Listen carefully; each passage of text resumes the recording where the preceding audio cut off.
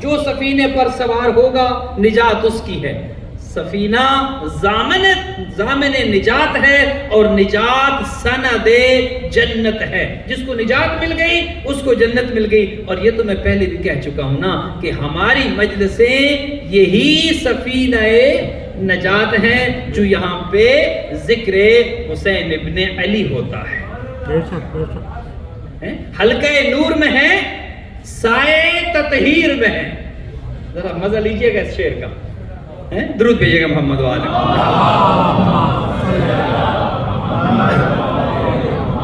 نور کے حلقے میں آپ ہیں یا نہیں؟ اس وقت کیا نور کی بارش ہو رہی ہے یا نہیں؟ کیا اس وقت آپ جنت میں ہیں یا نہیں؟ ایک شخص آیا تھا چھٹے امام کی خدمت میں اور آ کر کہتا ہے مولا دعا کریں مجھے جنت مل کر دوں، جنت مل جائے، وہ کم کر دوں جنت مل جائے۔ یہ تو ہماری عبادت ہے کہ کرتے ہیں اس لیے جنت مل جائے۔ اب دنیا علی کو کیا سمجھے جو یہ کہتے نظر آتے ہیں اے اللہ علی تیری عبادت اس لیے نہیں کرتا کہ علی جنت مل جائے، چونکہ جنت کے لالچ میں عبادت کرنا شان عبادت نہیں ہے۔ نہ تو عبادت تیری جنت کے لالچ میں کرتا ہے، نہ تیری عبادت جہنم کے خوف میں کرتا ہے۔ علی تجھے سجدہ کرتا ہے تو اس لیے تو لائق عبادت ہے۔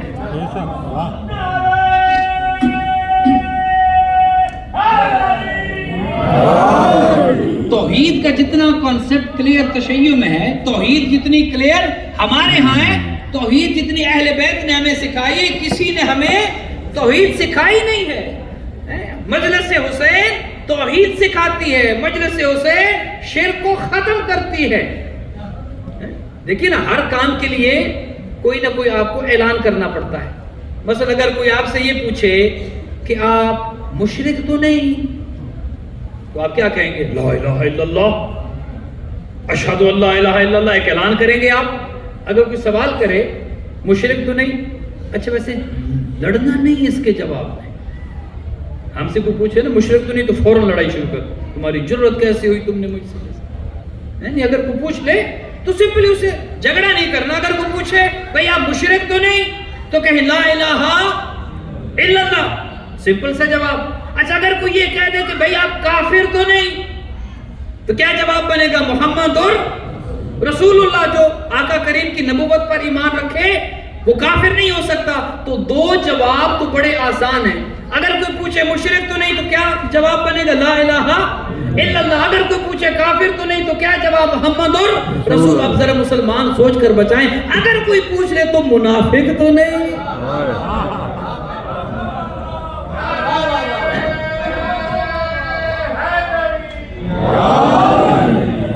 اعلان کرنا پڑتا ہے۔ تو ہماری مجلسیں یہ سارے اعلان کروا دیتی ہے۔ نہ تو شرک کا کوئی شائبہ رہتا ہے، چونکہ لا الہ الا اللہ کا درس۔ شرک کا پوچھا تو آپ نے کہا لا الہ الا اللہ، کفر کا پوچھا تو آپ نے کہا محمد اور رسول اللہ، نفاق کا پوچھا، منافقت کا پوچھا تو آپ نے کیا کہا؟ علی۔ اگر کوئی یہ پوچھے کہ ظالم کے ساتھ ہو یا ظالم کے خلاف ہو، اس کا بھی تو جواب ہونا چاہیے نا۔ اگر کوئی یہ پوچھ لے کہ بتاؤ مسلمان بھی ہو، مشرک نہیں ہو، کافر نہیں ہو، نفاق والے نہیں ہو، اب یہ بتاؤ کہ کیا ظالم کے ساتھی ہو یا ظالم کے مخالف ہو، تو کتنے خوش نصیب ہیں آپ کہ لبیک یا حسین کا نعرہ لگا کے کہتے ہیں میرا تعلق کربلا کے ساتھ ہے، حسینی ہوں یزیدی نہیں ہوں۔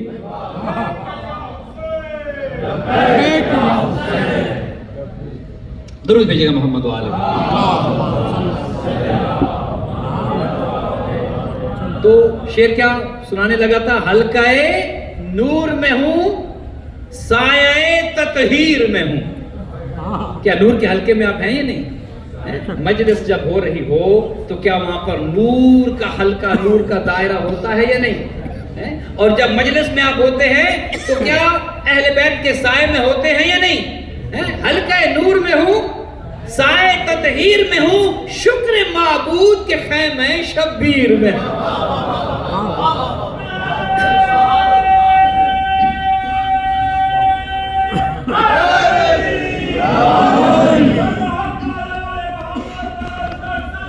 پھر نامراد ہو جاتا ہے۔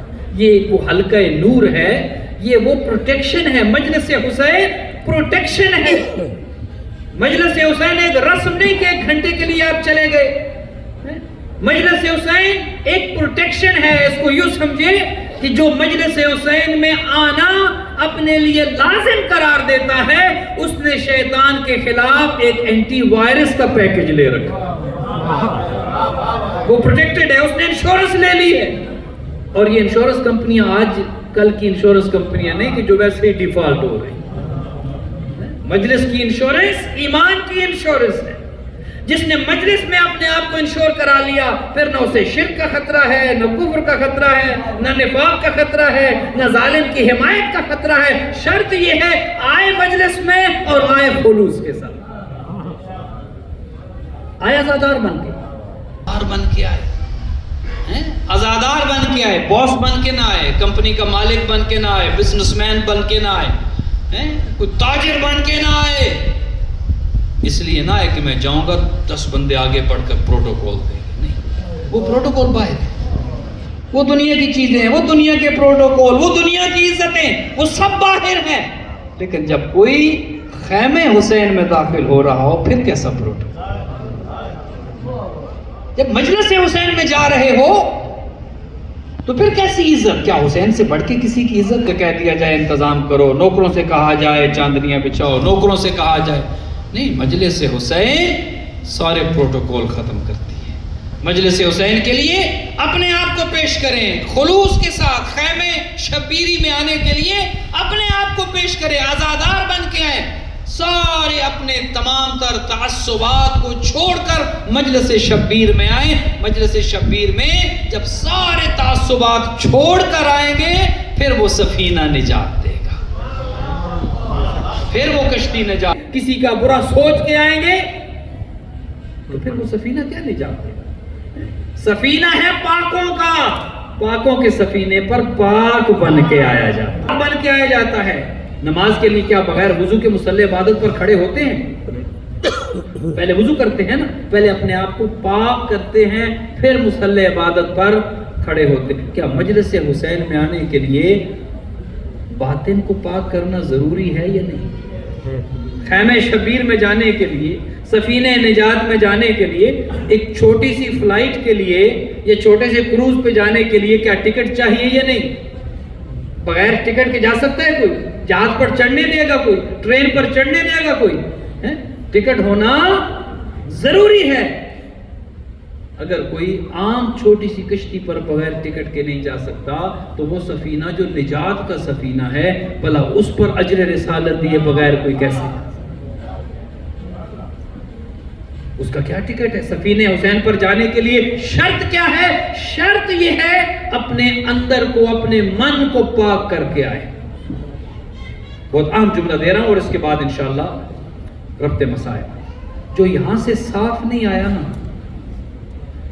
وہ لاکھ عزاداری کرتا رہے, حسین کے کرائیٹیریا پر پورا نہیں ہوتا. جس کے دل میں ذرہ برابر کسی مومن کی برائی ہے, کسی مومن کا بغض ہے, کسی مومن سے نفرت ہے, ذرہ برابر, وہ سب کچھ ہو سکتا ہے, حسین کے معیار پر پورا نہیں ہوتا. چھٹے امام کی ایک حدیث سنا دو, درود بھیجے گا امام کی ذات.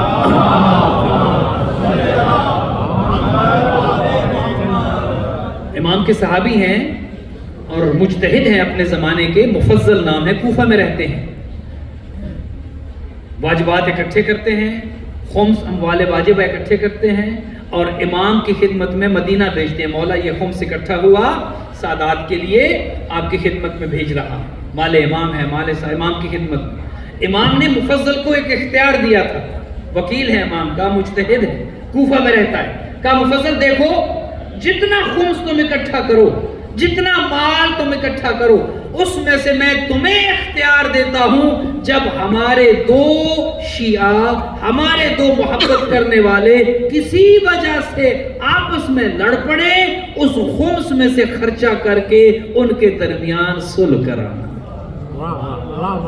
ہمارے مال میں سے, ہمارے پیسوں میں سے, ہمارے حق میں سے استعمال کر کے ان کے دلوں کی نفرتیں مٹانا, ان کے دلوں کا بغض مٹانا. چونکہ ہم نہیں چاہتے کوئی ایسا ہو جو سفینے پر سوار نہ ہو سکے, اور سوار وہ ہوگا جو پاک ہو کے آئے گا، جو دل صاف کر کے آئے گا۔ سوار سفینے پر وہ ہوگا جو محبتیں کرنے والا ہوگا، جو نفرتوں کو مٹا کے جائے۔ اور حسینیت نفرتوں کا نام نہیں، محبتوں کا نام ہے۔ حسین نے تو غلاموں سے، جون جیسے حبشی غلام سے محبت کر کے بتایا، ہمارے ہاں غلام کو غلام نہیں سمجھا جاتا، ہم تو قوت ایمانی کو دیکھتے ہیں۔ اللہ، حسین ابن علی نے تفریق مٹا دی، صرف یہ دیکھا کہ اس کے دل میں کیا محبت ہے۔ اللہ اکبر۔ آج کی شب حسین کی اس قربانی کا ذکر کرنا ہے جو بڑی دشوار تھی۔ اللہ، خدا سب کی عبادتیں قبول کرے، اللہ آپ کو سوائے غم حسین کے دنیا کے کسی غم میں نہ رلائے۔ اللہ اکبر۔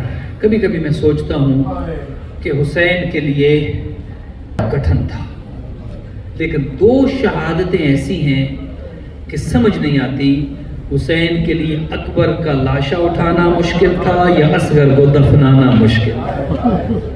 اللہ، بڑا کٹھن دن تھا حسین ابن علی کے لیے، بڑا کٹھن دن تھا۔ اللہ اکبر۔ اور وہ علی اصغر کہ جو رجب میں پیدا ہوئے، محرم میں 6 مہینے کی عمر تھی علی اصغر کی۔ اللہ، ذرا اس ماں کے دل سے پوچھیں جس ماں کی گود میں 6 مہینے کا بچہ ہو اور وہ بچہ پیاس کی وجہ سے تڑپ رہا ہو، ذرا سوچ کے بتائیے گا ایک 6 مہینے کا بچہ بھلا کتنا پانی پیتا ہے؟ 6 مہینے کے بچے کو مائیں کب سے پانی نہیں پلاتی۔ 6 مہینے کے بچے کو پانی پلانے کے لیے مائیں چمچ میں تھوڑا سا پانی لیتی ہیں، پھر اپنی انگلی ڈپ کر کے اپنے 6 ماہ کے ہونٹوں پر رکھتی ہیں، بس اتنا پانی چاہیے ہوتا ہے صغیر کو، ایک قطرہ پانی مل جائے صغیر کی پیاس بجھ جاتی ہے۔ عزادارو، حالت یہ تھی علی اصغر کی، ماں کا دودھ تو خشک ہو گیا تھا، علی اصغر اب تڑپ تڑپ کے یہ حالت ہو گئی تھی کہ علی اصغر میں تڑپنے کی طاقت بھی نہ رہی تھی۔ روایت یہ کہتی ہے کہ علی اصغر کی حالت گہوارے میں ایسے تھی جیسے مثال دیتے ہیں یتلظى من العطش، یعنی پیاس کی وجہ سے تلظو کا عالم تھا علی اصغر میں، تلظو کی حالت تھی۔ جانتے ہو یہ تلظو کی حالت کیا ہوتی ہے؟ علماء بیان کرتے ہیں کہ تلظو کی حالت سمجھنے کے لیے اس مچھلی کی کیفیت کو سمجھیں جسے پانی سے باہر نکالا جائے تو تڑپنا شروع کرتی ہے، کچھ دیر وہ مچھلی پانی سے باہر رہے، اب اس میں تڑپنے کی طاقت نہیں رہتی، وہ سر اٹھاتی ہے زمین پر پٹکتی ہے، کبھی دم اٹھاتی ہے زمین پر پٹکتی ہے۔ وہ مچھلی کچھ دیر اور پانی سے باہر رہے، اب اس میں اتنی طاقت بھی نہیں ہوتی کہ سر پٹک سکے یا دم پٹک سکے، وہ مچھلی اپنا کبھی منہ کھولتی ہے کبھی بند کرتی ہے۔ آخری حالت مچھلی کی یہ ہوتی ہے کہ کبھی اس کا منہ کھلتا ہے کبھی بند ہوتا ہے۔ کہتے ہیں کہ رباب کے ہاتھوں پر علی اصغر کی حالت یہ تھی، منہ کھلتا تھا تو بند نہیں ہوتا تھا۔ اجرکم اللہ، اجرکم اللہ۔ اگر علی اصغر کا منہ کھلتا تھا پیاس کی شدت سے پھر بند نہیں ہو سکتا، اور اگر بند کر لیتے علی اصغر پھر کھلنا مشکل لگتا۔ ماں تڑپ گئی، ماں سے برداشت نہیں ہوتا، رو کے کہتی آقا میرے لال کو پانی پلائے، میرا علی اصغر پیاسا ہے، مجھ سے علی اصغر کی پیاس برداشت نہیں ہوتی۔ عزادارہ حسین مظلوم نے علی اصغر کو ہاتھوں پہ اٹھایا اور حسین آتے ہیں فوج اشقیاء کی جانب، روتی آنکھوں کے ساتھ ایک دعا کریں، کبھی کسی شریف کو کسی کمینے سے سوال دراز نہ شریف کو جس نے زندگی میں کچھ نہ مانگا ہو، کسی کمینے سے کچھ مانگنا نہ پڑے، حسین علی اصغر کو ہاتھوں پہ اٹھا کر فوج اشقیاء کے سامنے آتے ہیں۔ وہ ظالم کہتے ہیں حسین پینا خود ہے، اپنے لیے پانی چاہتے ہو، نام صغیر کا لیتے ہو، نام بچے کا لیتے ہو، پانی اپنے لیے چاہیے۔ حسین مظلوم کہتے ہیں علی اصغر اب تیرے بابا کی صداقت پہ بات آئی ہے، وہ میرے نام تو خود پانی مانگ۔ اب علی اصغر نے اپنی خشک زبان خشک لبوں پر پھیری، گویا بتا رہے ہو یہ پانی میرے بابا میرے لیے مانگ رہے ہیں۔ عزادارو ادھر علی اصغر کی زبان لبوں پر پھری، ادھر یہ ظالم عمر سعد حرملہ کو آگے لے کے آتا ہے اور کہتا ہے حرملہ اتنا کلام حسین، اب اس کے بعد حسین کو موقع نہ دینا کوئی اور بات کرے، چونکہ علی اصغر کی خشک زبان جب لبوں پر پھری فوج اشکیا میں بھی تلاطم آ گیا، یزیدیوں نے بھی رونا شروع کر دیا۔ آخر ان کے اندر بھی تو دل تھے نا، اب یزیدی بھی برداشت نہ کر سکے، اس ظالم حرملہ کو بلایا گیا۔ حرملہ کو اتنا بڑا تیر انداز تھا، اور عزاداروں جو اس نے تیر کمان میں لیا، سنو گے کیسا تیر؟ مورخین نے یہ لکھا کہ عرب اپنی جنگوں میں مختلف قسم کے تیر استعمال کرتے تھے، کوئی چھوٹے جانوروں کے لیے، کوئی بڑے جانوروں کے لیے، کوئی اس سے بڑے جانوروں کے لیے۔ عزاداروں رونے کے لیے بس یہی بات کافی ہے، اس ظالم حرملہ نے جو تیر کمان میں لیا وہ عرب چھوٹے جانوروں کے لیے نہیں بلکہ اونٹ نہر کرنے کے لیے استعمال، اجرکم اللہ، اونٹوں کے لیے اس تیر کو استعمال کیا جاتا تھا۔ اس ظالم نے تیر کا نشانہ لیا، ادھر اس کے ہاتھ کانپنے لگے۔ عمر سعد کہتا ہے او حرملہ اگر کوئی مجھ سے پوچھتا عرب کا مشہور تیر انداز کون ہے میں تیرا نام لیتا، آج تیرے ہاتھ کیوں کانپ رہے ہیں؟ عزاداروں یہ کہنا تھا، حرملہ تڑپ گیا، کہتے عمر صاحب جو میں دیکھتا ہوں تو جو نہیں دیکھ رہا، میں بچے کی گردن کا نشانہ لیتا ہوں، ادھر تیرے خیمہ پہ کوئی بی بی آ جاتی ہے، مجھے نہیں پتا اس بچے کی ماں ہے یا بہن ہے، ہاتھ جوڑ کے کہتی ہے او ظالم اپنا تیر بھی دیکھ میرا صغیر بھی دیکھ، اور میں نے تو جی بھر گیا بھی دودھ بھی نہ پلایا تھا۔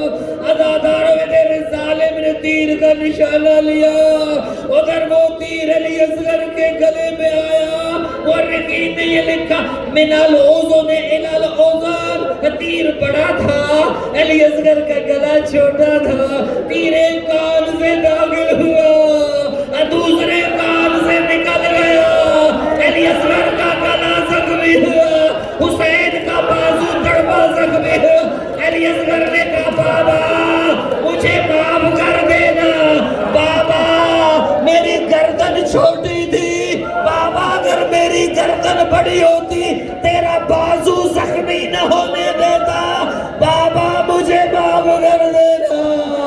عزادارو علی اصغر کا خون حسین نے ہاتھوں پہ لیا، چاہتے تھے آسمان کی جانب پھینکے، آسمان نے گریہ کیا حسین قیامت تک کے لیے بارش نہ آئے گی، حسین نے چاہا زمین پر ڈال دے، زمین نے کہا آقا کبھی زمین سے فصل نہ اگے گی، حسین نے وہ خون اپنے چہرے پہ ملا، قیامت کے دن خدا کے سامنے جاؤں گا وہ میرے اللہ میرے صغیر کا کیا قصور۔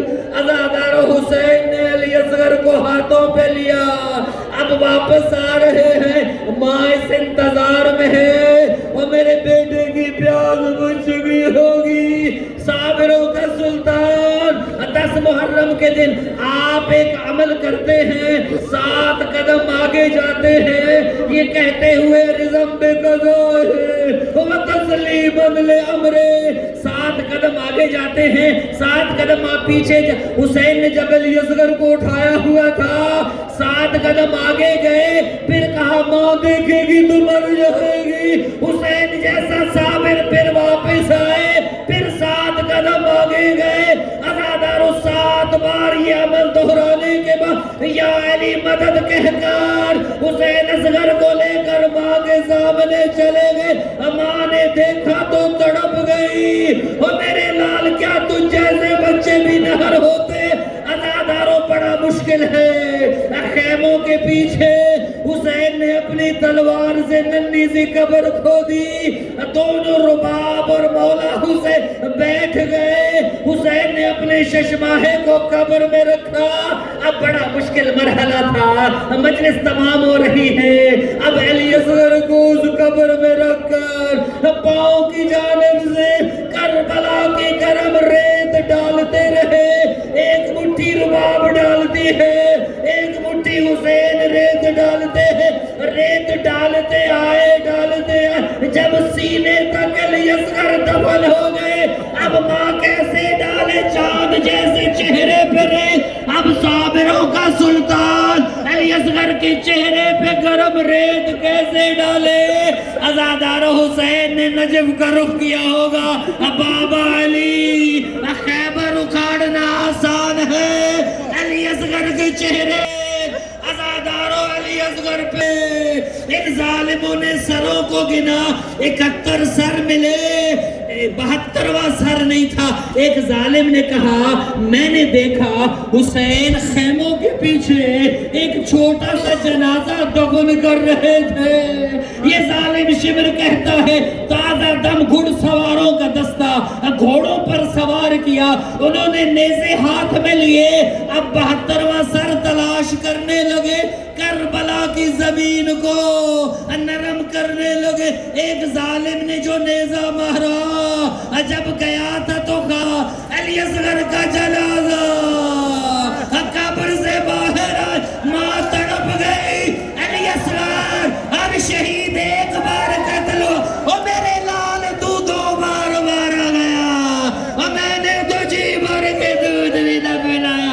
او میرے لال اب مثلوں کا ینہار, او میرے علی اصغر کیا تجھ جیسے بھی نہر ہوتے ہیں. سکینہ تڑپ گئی. چچا غازی میرا علی اصغر نہ رہا, میرا بھائی چلا گیا. اب میں کس کا جھولا جھلاؤں گی, اب میں کسے لوریاں دوں گی. رباب تڑپ گئی, میرا علی اصغر مارا گیا. اللہ لعنت اللہ علی القوم الظالمین.